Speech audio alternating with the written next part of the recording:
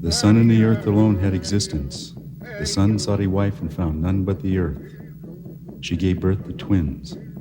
One of these became the solid ground upon which we live, and the other became our divinity. After living in this world for some time, he saw the mist and knew that the people would soon come into being. Then he went away to the north. As the legends say, the Hupa Indians of Northern California have lived in this lush valley for hundreds of generations. There are no legends telling of them migrating here, only the one about their creation here in the valley.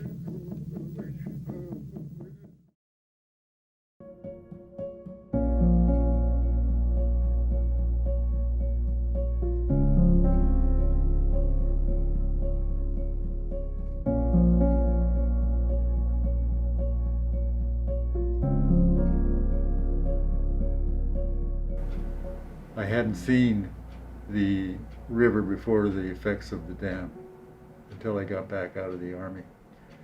And when I saw it, it made me sick. It really made me feel like my grandfather was dying.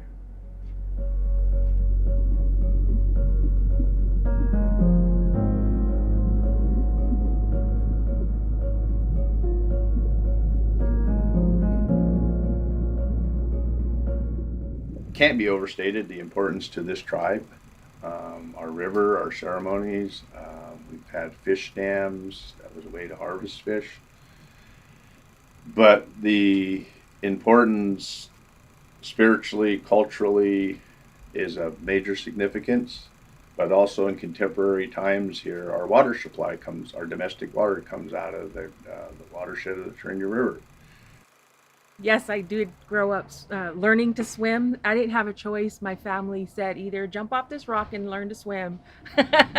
And so I got pushed off the rock, the high rock at Camel Creek on the Trinity River. And I learned to swim. So at a very early age.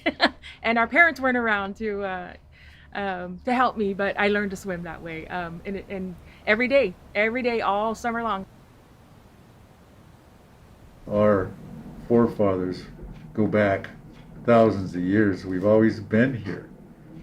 So I believe there's a genetic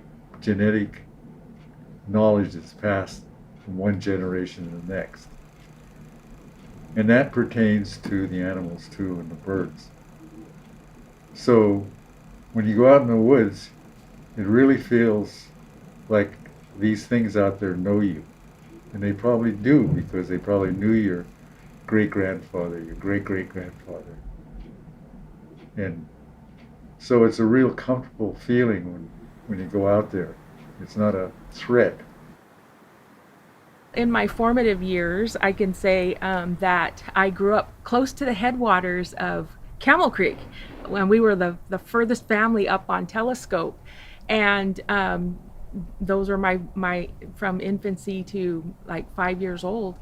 And literally grew up in the wilderness, not knowing it was the wilderness, not caring about panthers or bears or wolves or coyotes. We just didn't know. We had that innocence. And so I remember some of my first memories on that up at that headwater at Camel Creek, and how beautiful it was. And we even put my mom away and spread her ashes way up, that was just a place, it was home. So that was my beginning of introduction to nature and the water. When I was back in the 50s, before the dams were put in, we'd put our nets in and we'd catch 100 salmon a night. In one night we could catch 100 salmon. And that was good for the whole family for the whole year. Now, you're lucky to catch 3 salmon a night. It has depleted that much. Okay, how many are we going to get this year? And will there be enough to feed our whole family? And if not, and there hasn't been, the sustainability has been declining every year. So even if we get 4 or 6 salmon even that is shared amongst everybody. That's kind of how it's still, the traditions are still being played out today.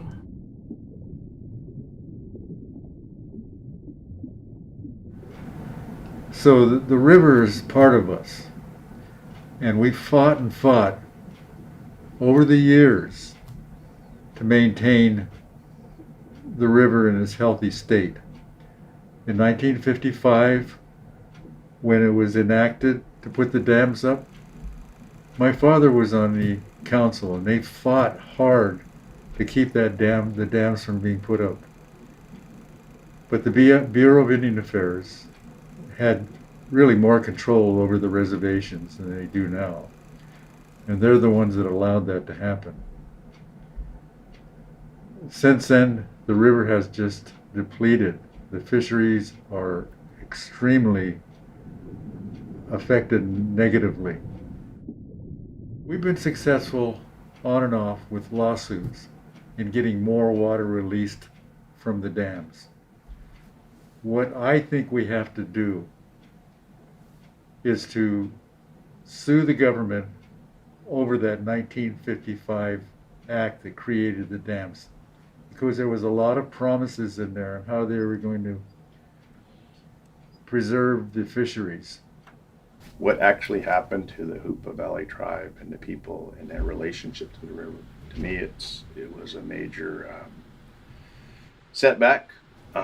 It's not what our ancestors grew up with or saw or came to, I won't say expect, but came to be a part of their life here. And the major changes of when you see the algae and telling that story, I've been trying to catch some fish and I went and cleaned them and I looked at it and I go, boy, I'm washing them and all this stuff. And it just it looks like the bottom of a fish tank, that algae, just the growth of it. Cladophora is a filamentous algae that makes really big mats. There's not a lot of nutrient value within Cladophora, but you'll see it if you look in the river and you see a giant patch that's attached to the substrate of the river and sort of looks like it's long hair drifting downstream. Most of the time that's Cladophora. And then there's other types of algae that will build and attach to it, as well as diatoms. And those are actually more nutrient beneficial for invertebrates. So you have that acts as the base of the food chain. You have your green stuff that then your primary consumers eat, which is bugs, and then the fish will eat the bugs that are then produced by eating the algae. I remember it being twice as wide as it is today, but my parents, my mother, she remembers the river being even wider than that. And so looking at what it's been decreased to is very disheartening, and it's very sad. And I am worried about the future of the health of the river also, and the habitat of the river. The dams really changed the river completely. In its natural state, the river used to clean itself. After the 1955 flood, all the swimming holes, all the fishing holes were all filled in with sand. I thought, well, it ruined the river, we'll never get it back. Our swimming hole had disappeared. But it was within months into the summer that the river just started cleaning itself out. The current would fluctuate, so it was just like little fingers of current would go into where the holes were and clean them out. It was such a natural thing for that river to repair itself. It doesn't do that anymore. It doesn't clean itself naturally.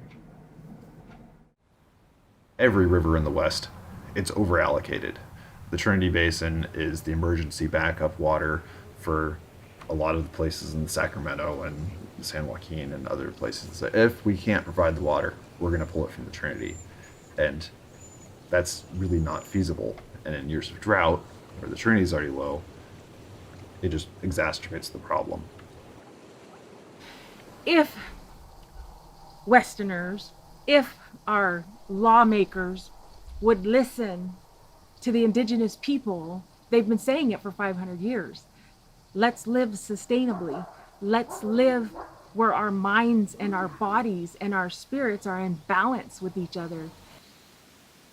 Well, how people today think of the river, not only my generation, we certainly have an attachment to the river, and we do really honestly consider it our relative.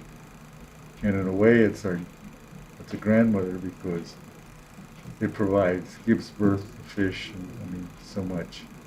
It does create life, the river does. But there's generations that have never known what that river was like in its natural state.